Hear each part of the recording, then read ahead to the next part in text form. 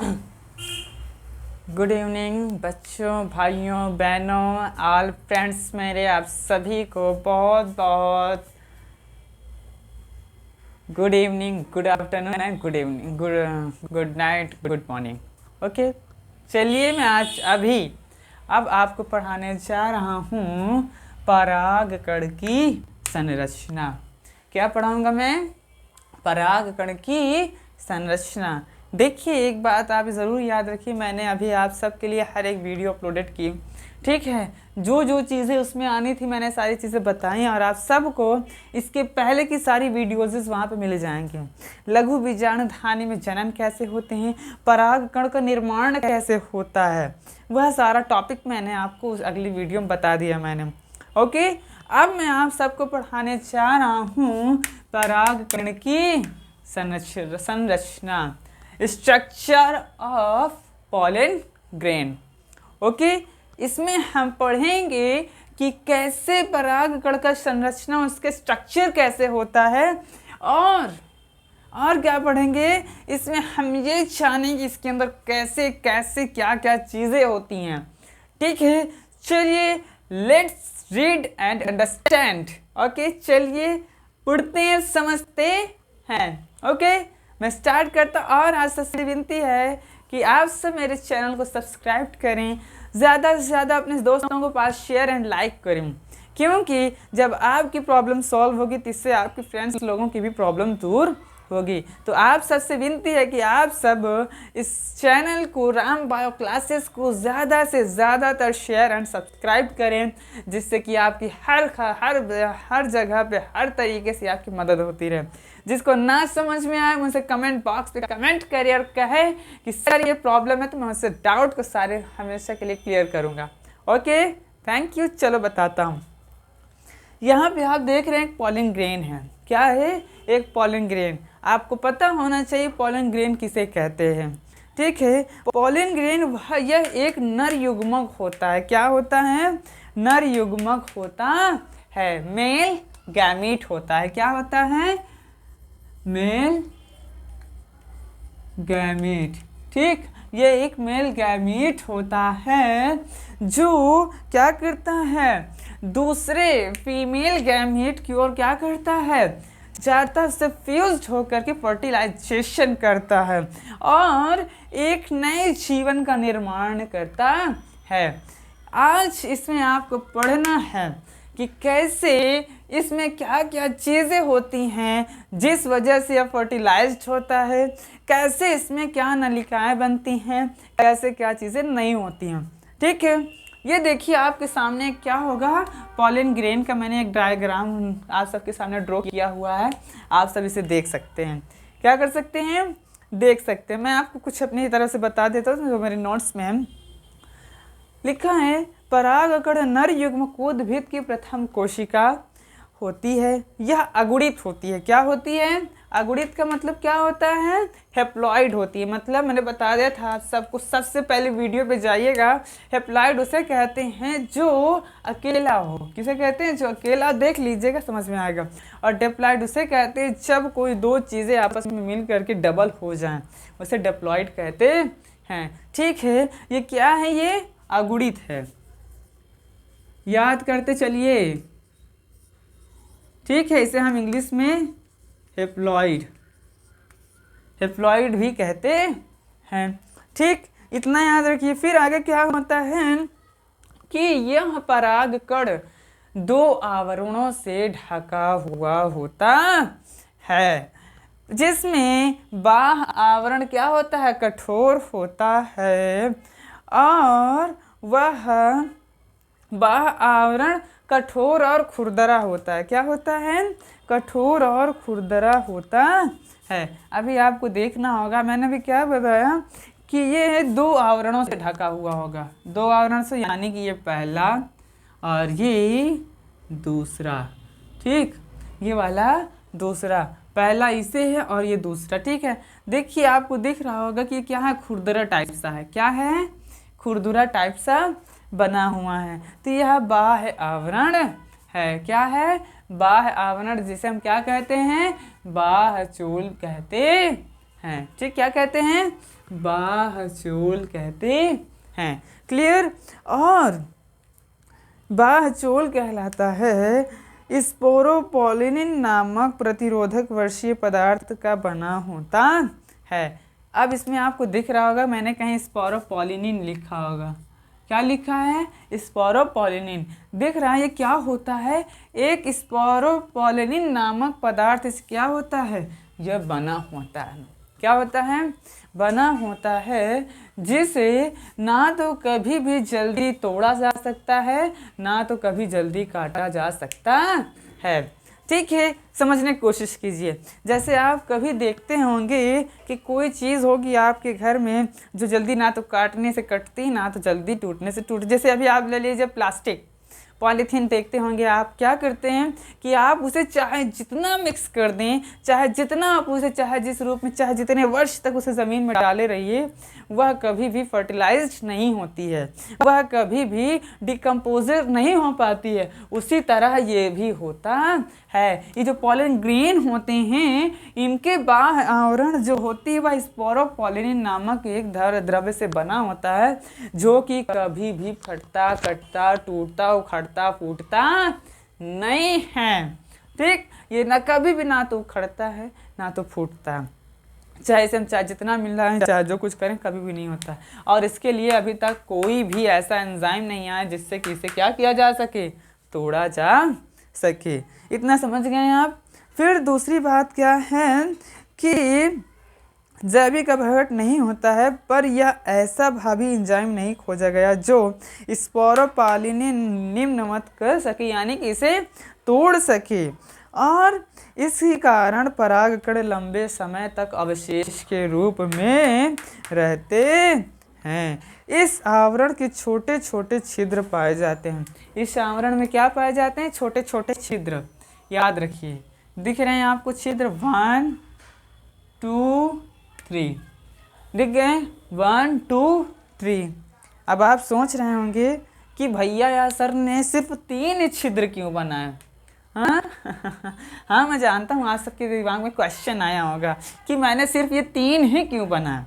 देखिए, आप कभी भी कॉम्पिटिटिव एग्जाम्स में हमेशा पूछा जाएगा कि ये बताइए कि एक जो क्या होते हैं कि जो द्विबीजपत्री पौधे होते हैं उसमें कितने जनन छिद्र पाए जाते हैं? तो आपका आंसर होना चाहिए कि जो द्विबीजपत्री हैं, द्विबीजपत्री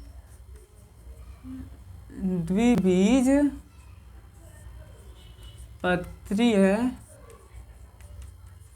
पौधों में सिर्फ 3 जनन छिद्र पाए जाते, और जो एक बीजपत्री होते हैं उनमें एक जनन छिद्र पाया जाता है। समझ गए इतना आप? याद रखिए, नोट डाउन कर लीजिए, इसे बहुत इम्पॉर्टेंट है, ये बहुत वेरी मोस्ट इम्पॉर्टेंट है, ये इम्पॉर्टेंट है। आप सभी के कॉम्पिटिटिव एग्जाम में पूछे जाते हैं कि कैसे, कहाँ से, किस तरफ होता है और किस पौधों में कहाँ पे कैसे ये जनन छिद्र होते हैं। इसे हम इंग्लिश में और भी कुछ कह सकते हैं। इसे हम इंग्लिश में जर्म पोर भी कह सकते हैं। क्या कह सकते हैं? जर्म पोर भी कह सकते, जर्म पोर भी कह सकते हैं। ठीक, इतना लिख लीजिए आप सब। थोड़ी देर के लिए मैं स्क्रीनशॉट आप ले लीजिए। ले लिया? चलिए मैं रफ कर देता हूँ क्योंकि अभी प्रॉब्लम ना हो जाए। ठीक है, तो ये हुआ। अभी यहाँ समझ आप थोड़ा सा इसे जो ये आपके सामने आ जा रहा, थोड़ा सा देख रहे होंगे, थोड़ा ख़राब लग रहा है। बस थोड़ी देर की और बात है, फिर कुछ दिन के बाद ये चेंज हो जाएगा। ठीक है, तो इतना याद रखिए, ठीक है।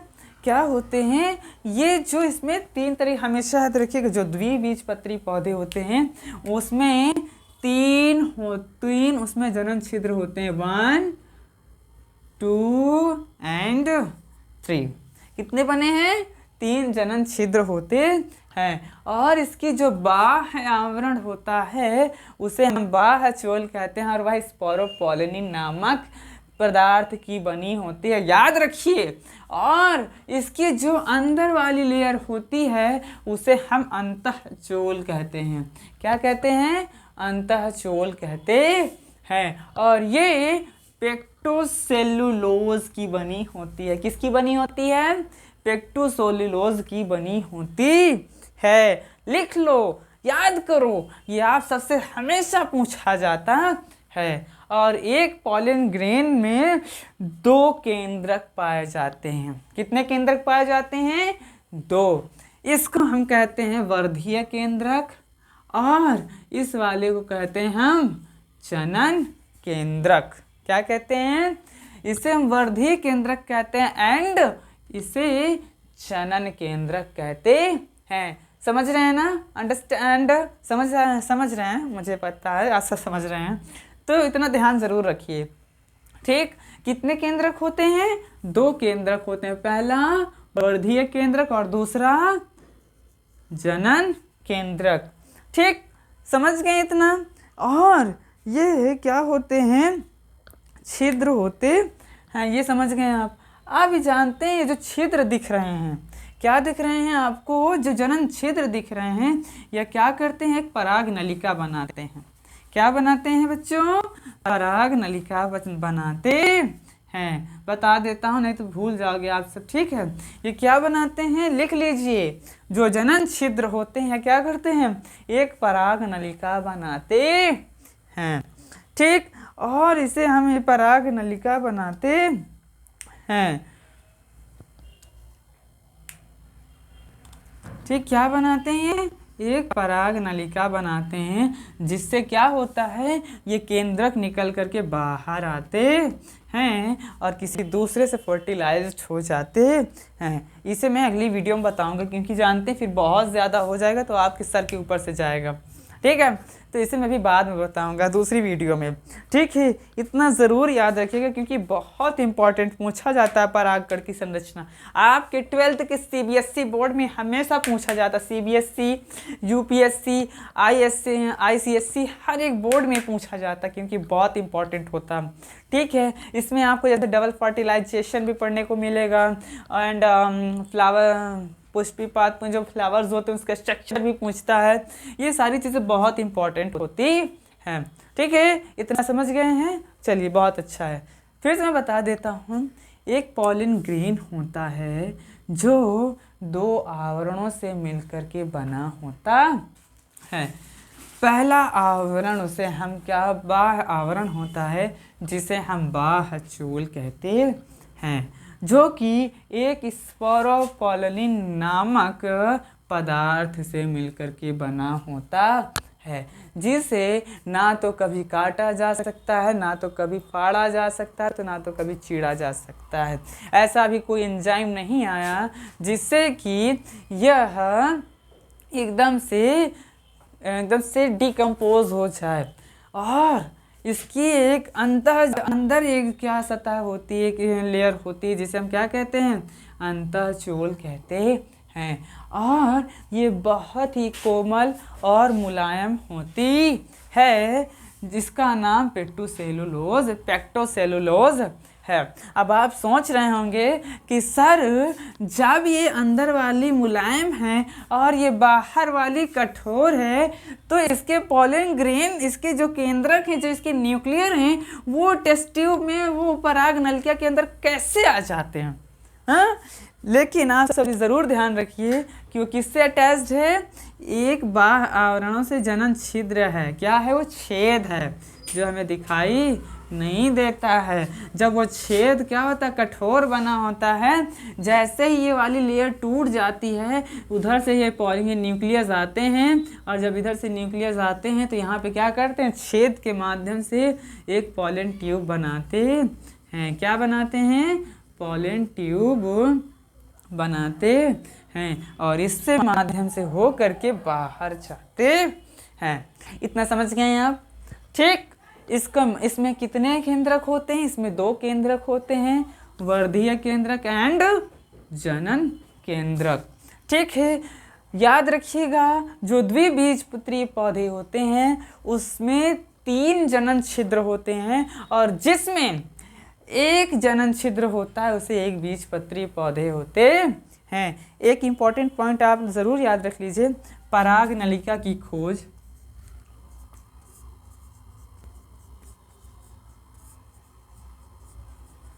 ये बहुत इम्पॉर्टेंट है। पराग नलिका की खोज GBMC में की थी। किसने की थी? GBMC। देख लेते हैं सही नाम लिखा है कि नहीं इनका। किसने की थी? MIC, sorry. ठीक है, इसे आप यहाँ पे I लगा लीजिए। GBMC ने करीब 1824 में की थी। 1824 में की थी। ठीक है, इतना याद रख लीजिएगा, ये आप सबके लिए बहुत इंपॉर्टेंट है। ठीक है, इसे तो इम्पॉर्टेंट ही समझिए, आपका याद कर लीजिए, बहुत इंपॉर्टेंट है, बहुत बहुत ज़्यादा इम्पॉर्टेंट है, बहुत ज़्यादा इम्पॉर्टेंट है। रुको, थोड़ा रोकिए वीडियो।